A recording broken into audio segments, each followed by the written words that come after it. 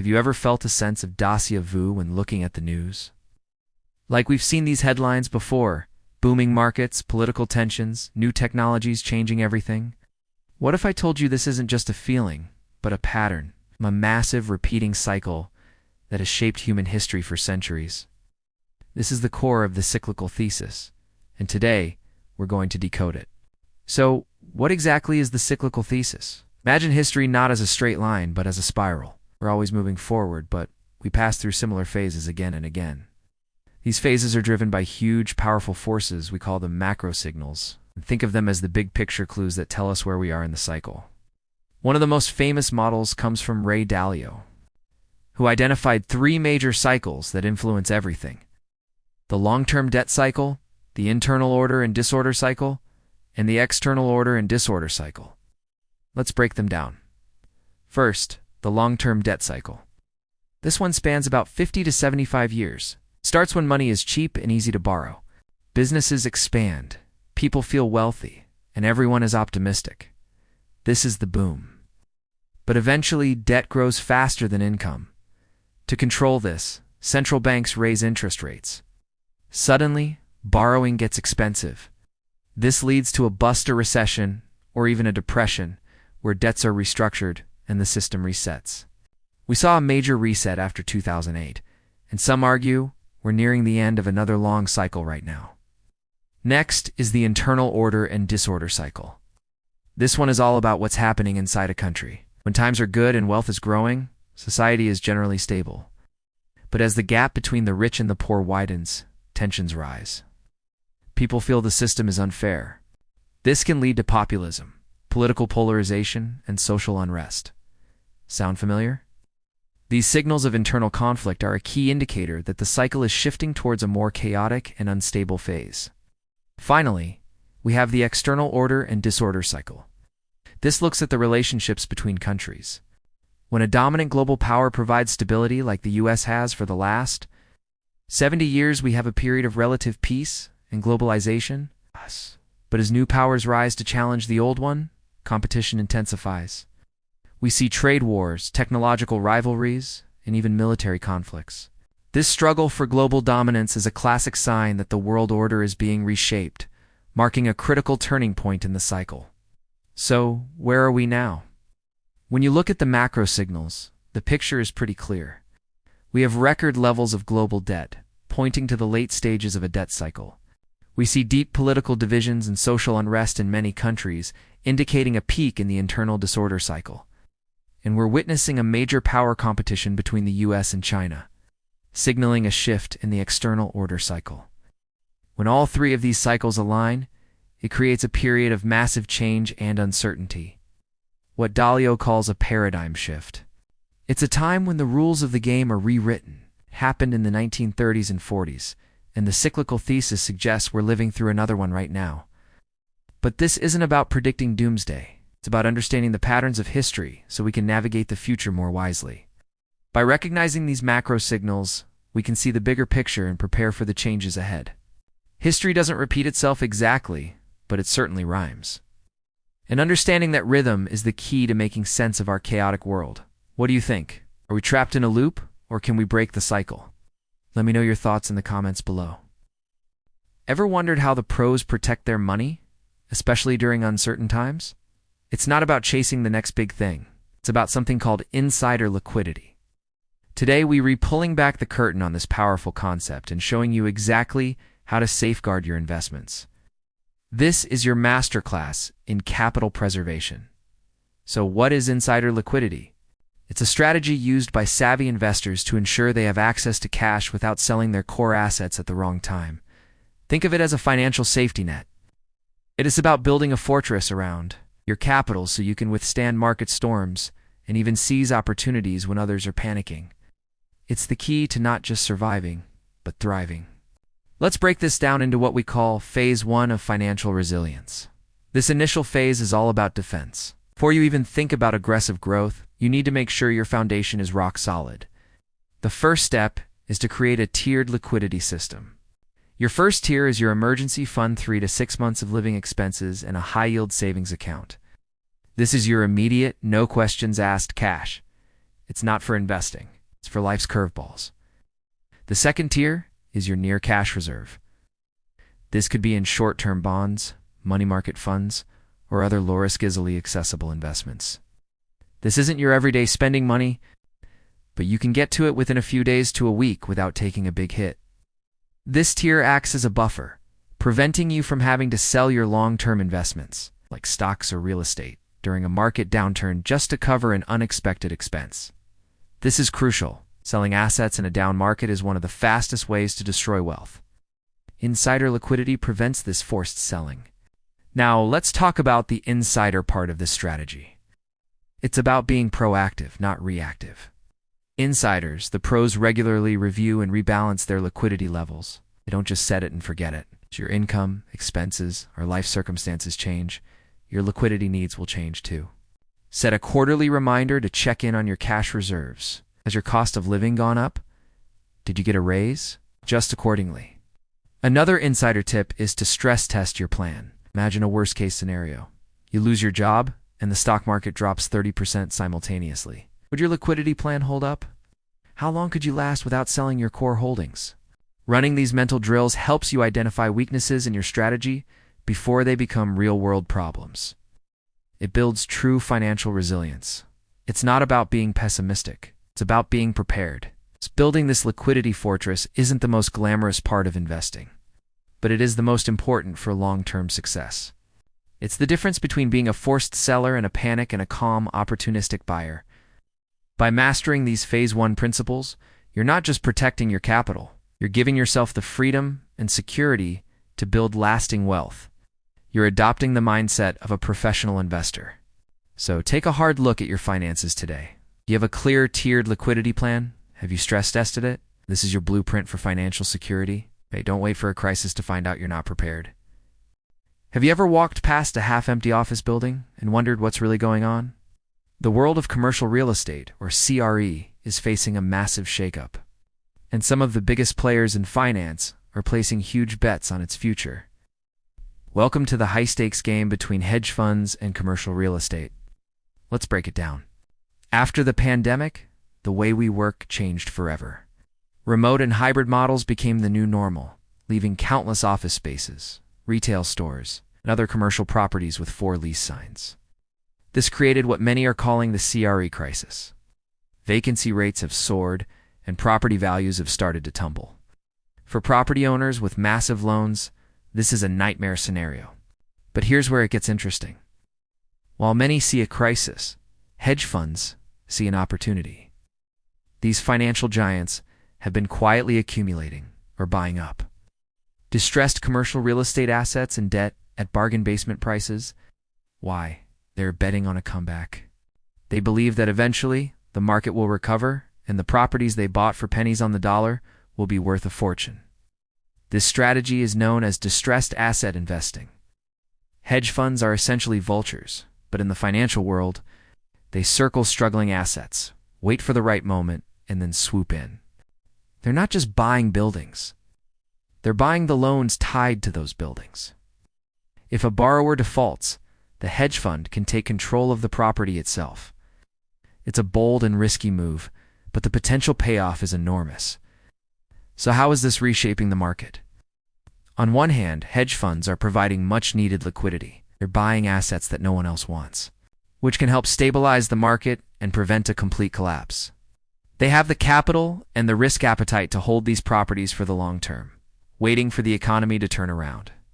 They might even invest in renovating and repositioning these buildings to make them more attractive for future tenants. However, there's a darker side to this hedge fund accumulation. Their aggressive tactics can put immense pressure on property owners, sometimes forcing them into foreclosure. There's also the risk that if their big bet doesn't pay off, it could create even more instability. If the market doesn't recover as quickly as they anticipate, these funds could be forced to sell off their assets at a loss, triggering another wave of price drops. This accumulation also concentrates a huge amount of property ownership in the hands of a few powerful financial players. This could change the dynamics of our cities. Instead of local landlords, major decisions about rent, property use, and community development could be made in boardrooms far away, driven purely by profit motives. Is your own investment at risk? If you're invested in real estate investment trusts or REITs that hold commercial properties, you've likely already felt the impact. But the ripple effects could be much broader, affecting banks that hold CRE loans and the overall economy. The battle between hedge funds and the commercial real estate market is far from over. It's a complex and dangerous game with billions of dollars on the line. Are these funds savvy investors saving the market from itself? Or are they financial predators playing with fire? The future of our downtowns and office parks might just depend on the answer. What do you think? Let me know in the comments below. Thanks for watching. Don't forget to hit that like button and subscribe for more deep dives into the world of finance and real estate. See you in the next one. You might think your money is just sitting in your local bank, but the truth is, these institutions are part of a huge, interconnected web. And when one part of that web starts to tremble, the vibrations can be felt everywhere. So what exactly is systemic risk? Imagine a line of dominoes. Systemic risk is the danger that if one domino falls, say, a single bank fails, it could trigger a chain reaction, knocking over other banks and potentially destabilizing the entire financial system. This isn't just a problem for the big Wall Street giants. Regional banks, the ones that often serve our local communities, are a crucial part of this equation. They provide loans to small businesses, mortgages for our homes, and are the financial backbone of Main Street. But here's where it gets complicated. These regional banks are operating under immense pressure, caught between market forces and a web of policy constraints. After the 2008 financial crisis, new regulations were put in place to make the system safer.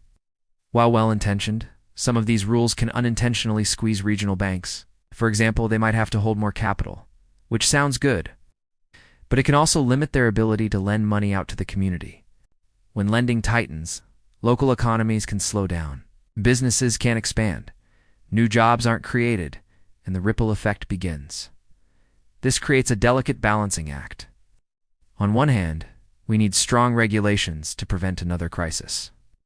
On the other hand, we need our regional banks to be flexible enough to fuel economic growth. When policy decisions don't get this balance right, they can inadvertently increase the very risks they're trying to prevent. A bank struggling under a heavy regulatory burden might be more vulnerable to a sudden economic shock, making it a weak link in the financial chain. So you might be wondering, is my money safe? For the most part, yes. Protections like FDIC insurance in the United States are designed to safeguard your deposits up to a certain limit. But the stability of our regional banks isn't just about the safety of our savings accounts. It's about the health of our entire economy. When regional banks are under pressure, it's not just a headline in a financial newspaper. It's a potential threat to jobs, businesses, and the prosperity of our towns and cities. The ripple effect is real. A struggling bank in one state could lead to credit drying up for a supplier in another, which then impacts a retailer in your own neighborhood. It's a complex, interconnected system where the actions of policymakers in Washington can have a direct impact on your local coffee shop's ability to get a loan. This is the unseen threat of systemic risk. It's not always a dramatic collapse, but a slow erosion of economic vitality. So what's the solution? It's not about getting rid of regulations, but about making them smarter. We need policies that are tailored to the size and role of different banks. A one-size-fits-all approach can put an unnecessary stranglehold on smaller regional institutions. By breaking down these barriers and fostering a more nuanced regulatory environment, we can help regional banks thrive. This means they can continue to support local communities while also contributing to a stronger, more resilient financial system for everyone. It's about finding that sweet spot where safety and growth can coexist. Understanding this dynamic is the first step toward advocating for better policies. When we know how regional banks and systemic risks shape our economy, we can all be part of the conversation to build a more stable and prosperous future. Thanks so much for watching. If you found this video helpful, hey everyone, and welcome back to the channel. Today we're diving deep to unpack it all. Get ready, because what we're about to discuss is the turning point you simply can't ignore. So, let's start with the basics. Phase 3 isn't just a single event. It's a convergence of several groundbreaking innovations happening all at once. Think of it like this. Phase 1 was about connecting the world through the internet. Phase 2 was about putting that connection in our pockets with smartphones. Now Phase 3 is about making that connection intelligent, immersive, and deeply integrated into our physical world. It's the game changer everyone's talking about because it's not just an update, it's a total rewrite of the rules. One of the core pillars of Phase 3 is the explosion of advanced artificial intelligence. We're not just talking about smarter virtual assistants. We're talking about AI that can create, problem solve, and collaborate with us in ways that were pure science fiction just a few years ago. This will revolutionize industries from healthcare, where AI can help diagnose diseases earlier and more accurately, to entertainment, where personalized content will be generated in real time based on your mood and preferences. The transformations will be profound, and for many, downright shocking. But it doesn't stop there. The secrets of Phase 3 also lie in the development of the metaverse and extended reality, or XR. This isn't about escaping reality, it's about enhancing it. Imagine attending a concert with friends from across the globe as if you were all there together, or a surgeon practicing a complex operation in a hyper-realistic virtual environment before ever touching a patient. These aren't distant dreams. These are the breakthroughs shaping tomorrow, and they're being unlocked right now. So, what does Phase 3 actually mean for you personally? It means a massive shift in how we work, learn, and play. The 9-to-5 office job could be replaced by collaborative projects in shared virtual spaces. Education will become more interactive and accessible than ever before. For consumers, it means hyper-personalized products and services that anticipate our needs before we even realize them ourselves. This next big shift will touch every aspect of our daily routines. As we count down to the full realization of Phase 3, the big question is, are you prepared for this revolution? It's easy to feel overwhelmed, but being prepared is all about being informed. Understanding these changes is the first step to harnessing their power instead of being left behind. The innovations being revealed are set to change our perspectives on what's possible. From decentralized networks giving power back to individuals, to breakthroughs in sustainable energy driven by smart grids, the impact will be enormous. Think about it. Just a decade ago, would you have imagined hailing a ride with your phone or having groceries delivered in an hour? Phase 3 promises changes on an even grander scale. This isn't something to watch from the sidelines. The surprising impact of Phase 3 on our lives is a story that's still being written, and we all have a role to play. It's an exciting, and admittedly a little daunting, new chapter for humanity. But by staying curious and adaptable, we can navigate this new era together. Welcome back to the channel, where you transform your achievements into a lasting legacy. Phase 4 is all about strategic reinvestment and disciplined execution. It's the final, crucial step that many overlook. But it's the key to unlocking exponential growth and long-term success. So, if you're ready to elevate your strategy to a whole new level, stick around because we're about to unveil the secrets of Phase 4 execution. First, let's define what Phase 4 really is. Think of it as the culmination of all your efforts. You've built something valuable, but now you face a critical choice. Do you coast, or do you reinvest? The answer is always to reinvest, but how you do it matters. This isn't about just throwing money back into the system. It's about a disciplined, strategic approach. It's the art of turning your current wins into fuel for your next big venture. The core principle here is simple. Your success shouldn't be a destination. It should be a launch pad. And the discipline to execute this vision effectively is what we're here to master today. So how do you execute your Phase 4 vision? The first step is clarity. You need a crystal clear picture of what you want to achieve next. Are you expanding your current operations, diversifying into new markets, or perhaps investing in groundbreaking innovation? Without a clear destination, any road will get you nowhere. Once you have your vision, the next component is the strategy. This is your roadmap. It details the specific actions, timelines, and resources required. This isn't a time for vague goals. You need concrete plans. For example, instead of saying, I want to grow, you should say, I will reinvest 20% of profits into developing a new product line with a target launch in 18 months. See the difference? It's about precision. Now for the most critical part, the discipline. This is where most people falter. Discipline in Phase 4 means sticking to your plan, even when it's tempting to deviate. It means resisting the urge to cash out completely or to make impulsive emotional decisions with your resources. It's about having the patience to see your long-term strategy through. One powerful technique is to create a reinvestment framework. This is a set of rules you define for yourself about how, when, and where profits will be redeployed. This removes emotion from the equation and ensures your decisions are always aligned with your ultimate goals. It's about building a system that drives your success automatically. Let's talk about transforming challenges into triumphs, because Phase 4 is not without its hurdles. As you reinvest and grow, you'll face new complexities, new risks, and new pressures. The key is to view these challenges not as roadblocks, but as data points. Every problem you solve makes your strategy more robust. For example, if a new investment isn't performing as expected, don't panic. Analyze what went wrong. Was it a market miscalculation, an operational issue? Is that information to refine your approach? This continuous loop of execution, analysis, and adaptation is the engine of strategic resurgence. It's how you perfect your Phase 4 approach and ensure your growth is sustainable and resilient. To wrap it all up, mastering Phase 4 is about embracing a new mindset. It's a shift from just achieving success to strategically multiplying it. It requires a clear vision, a detailed strategy, and most importantly, the unwavering discipline to execute. This is the final discipline that separates fleeting success from a lasting empire. By mastering the art of strategic reinvestment, you're not just securing your future, you're creating it. You're turning your hard-earned triumphs into the foundation for even greater achievements. This is your reinvestment revolution. Thanks for watching. I hope this deep dive into Phase 4 has given you the clarity and motivation to take your success to the next level. If you found this valuable, make sure to hit that like button and subscribe for more content on building a lasting legacy. Drop a comment below and let me know what your biggest Phase 4 challenge is. See you in the next video.